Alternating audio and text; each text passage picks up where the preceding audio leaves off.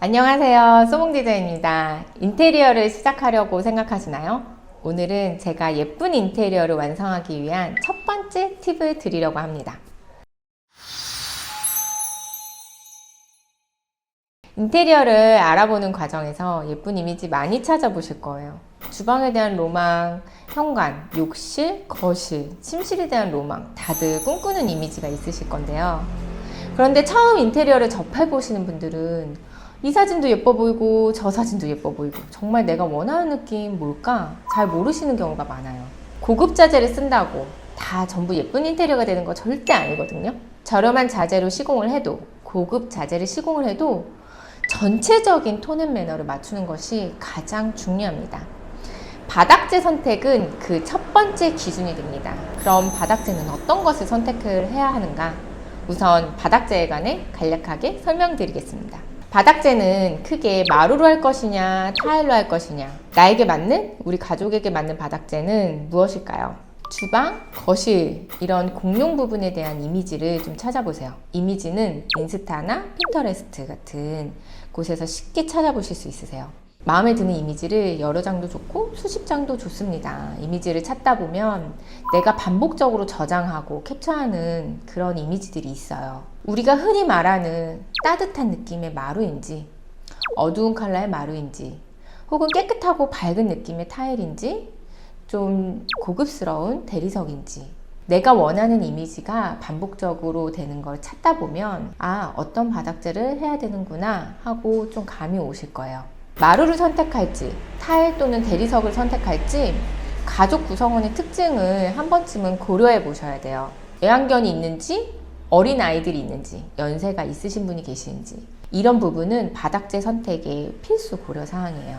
지금부터 마루의 종류를 좀 알려드릴게요. 마루는 강화마루, 강마루, 운돌마루, 또 원목마루가 있는데요. 마루의 표면재, 즉 탑층이 필름이면 강마루, 강화마루, 또 진짜 나무면 운돌마루, 원목마루로 분류가 돼요. 강화마루는 끼움 시공이기 때문에 습이나 난방 여부에 따라서 나무 틈새가 벌어졌다가 좁아졌다가 이런 움직임이 있어요. 그래서 예전에는 강화마루가 인기였지만 지금은 틈새 벌어짐의 단점 때문에 전기 필름을 사용해야 되는 경우 외에는 주거에서는 더 이상 인기가 없습니다.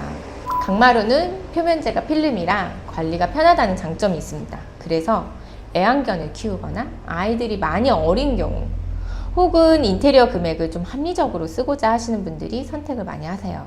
아무래도 나무 무늬를 흉내낸 필름이다 보니 인위적인 느낌이 있어 고급스러운 느낌은 조금 떨어지지만, 요새는 원목 느낌을 그대로 살리고자 홈을 파는 텍스처 그런 제품들도 많이 나오고 컬러가 많이 다양해졌어요.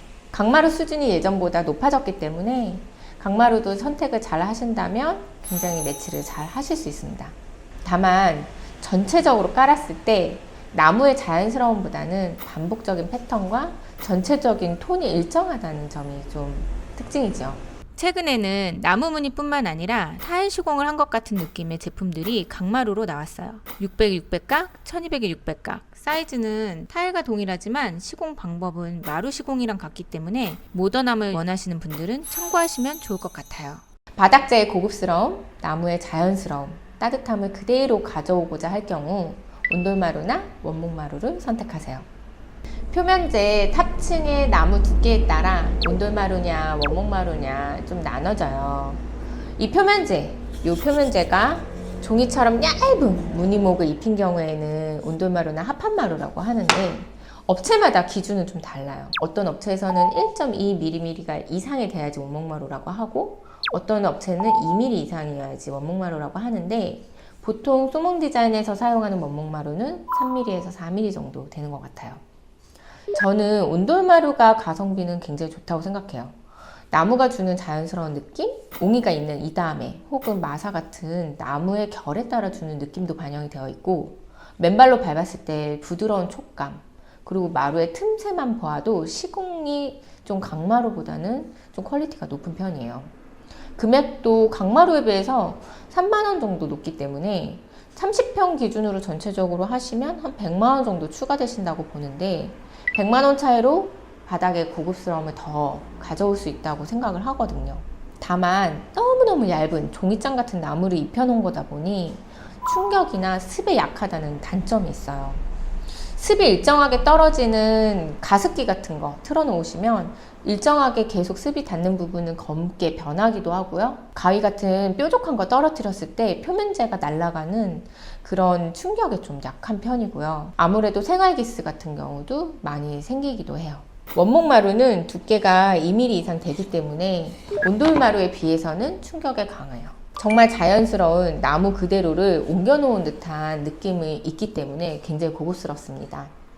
다른 건 다 포기해도 바닥재만큼은 좋은 거 하고 싶다, 고급스럽게 하고 싶다 하시는 분들이 보통 원목마루 많이 선택하시는데, 원목마루를 선택하시면 벽체도 좀 고급스럽게 도장을 하시거나 빅슬랩 혹은 대리석이 들어간다거나 가구가 좀 고급스럽게 들어간다거나 그렇기 때문에 하이엔드의 조금 시작이라고 볼 수도 있어요.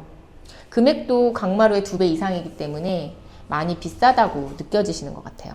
타일은 깨끗하고 모던한 인테리어를 하시는 분들이 많이 선택을 하시고 변형 자체가 아예 없기 때문에 관리가 좀 편해요. 다만 타일은 선택하시기 전에 고려해야 할 사항이 있어요. 가족 구성원 중에 어린아이가 있는지, 연세가 있으신 분이 있는지, 혹은 손발이 아주 차가운 분이 계시는지, 이런 부분들은 고려사항이에요. 타일 자체는 열 전도율이 높아서 난방을 트면 빨리 따뜻해지는 장점이 있지만 물성 자체가 굉장히 딱딱하고 차갑기 때문에 손발이 시리신 분들은 좀 불편하다고 느끼실 수 있고, 탄성 자체가 없기 때문에 어르신들은 무릎이 좀 불편하다고 느끼시거나 아이들은 여기다가 꽈당했을 때 타일에서 넘어졌을 때 그 소리가 좀 달라요. 유리 같은 거 떨어뜨리면 산산조각 나는 거는 기본이고요. 바닥 타일은 600에 600각, 1200에 600각, 1200에 1200각 점점점 커질수록 고급스러운 맛이 있고 좀 더 깨끗하고 넓어 보이고 줄눈이 없기 때문에 더 선호하시지만 금액이 그만큼 많이 비싸져요. 타일은 크기가 커지면 커질수록 타일 단가도 올라가지만 시공비도 올라가거든요. 우리나라에서 타일을 바닥재로 쓸 경우 좀 주의해야 될 사항은, 아파트에서 타일 시공을 할 때는 난방용 드라이픽스를 사용하셔야 되는데 저희 같은 경우는 아덱스나 마페이 제품을 쓰고 있거든요. 이 제품을 쓸 경우 아무래도 부자재 값이 또 올라가는 경향이 있어요. 하자율을 줄이기 위해서 좋은 제품을 사용하고 있고요. 코너 부분 같은 경우에는 금이 잘 가기 때문에 업체마다 시공 노하우가 있어요. 특히나 마루로 시공했을 때랑 타일로 시공했을 때 시공 난이도가 완전 달라지거든요. 바닥을 타일로 시공을 할 경우에는 주거 바닥 타일 경험이 많은 업체를 선택하시기를 권해드립니다. 오늘 준비한 영상 어떻게 도움이 많이 되셨나요? 처음에 인테리어를 시작하시는 분들, 이렇게 바닥재를 어떤 걸 선택해야 되는지 기준점만 명확해진다면 그 다음에 진행하는 과정은 어렵지 않아요. 집안 전체적인 톤 앤 매너 맞추는 거, 바닥재가 기준이 된다는 거 잊지 마시고요. 오늘 준비한 영상이 도움이 많이 되셨길 바라고요. 저는 또 다음 영상으로 또 더 좋은 정보로 찾아오겠습니다. 감사합니다.